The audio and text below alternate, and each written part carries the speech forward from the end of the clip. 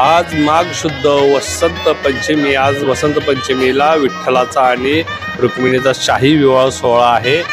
विठ्ठल मंदिरामध्ये सध्या ज्याला आपण आहोत, शाही विवाह सोहळ्याची पूर्ण तयारी मंदिर समितीच्या वतीने झालेली आहे। पुण्याचे विठ्ठल भक्त भुजबळ यांनी फुलांची आरास केलेली आहे।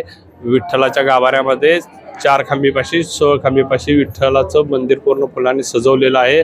साधारण झेंडू, अष्टर, विविध फुलांनी साधारण 5 टन फुलांची आरास केलेली आहे।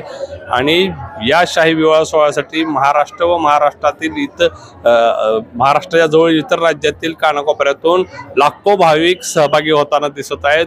आज पंढरपुरामध्ये लाखो भाविकांची गर्दी होताना पाहता येत आहे आपल्याला।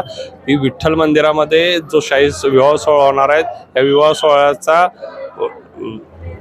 सोहळा संपन्न करण्यासाठी, विवाह सोहळ्यात सहभागी होण्यासाठी वराडी म्हणून भक्तगण आलेले आहेत। साधारण हा विवाह सोहळा 12 वाजता संपन्न होईल। विठ्ठल मंदिरातून जगदीश डांगे, न्यूज 9 मराठी, पंढरपूर।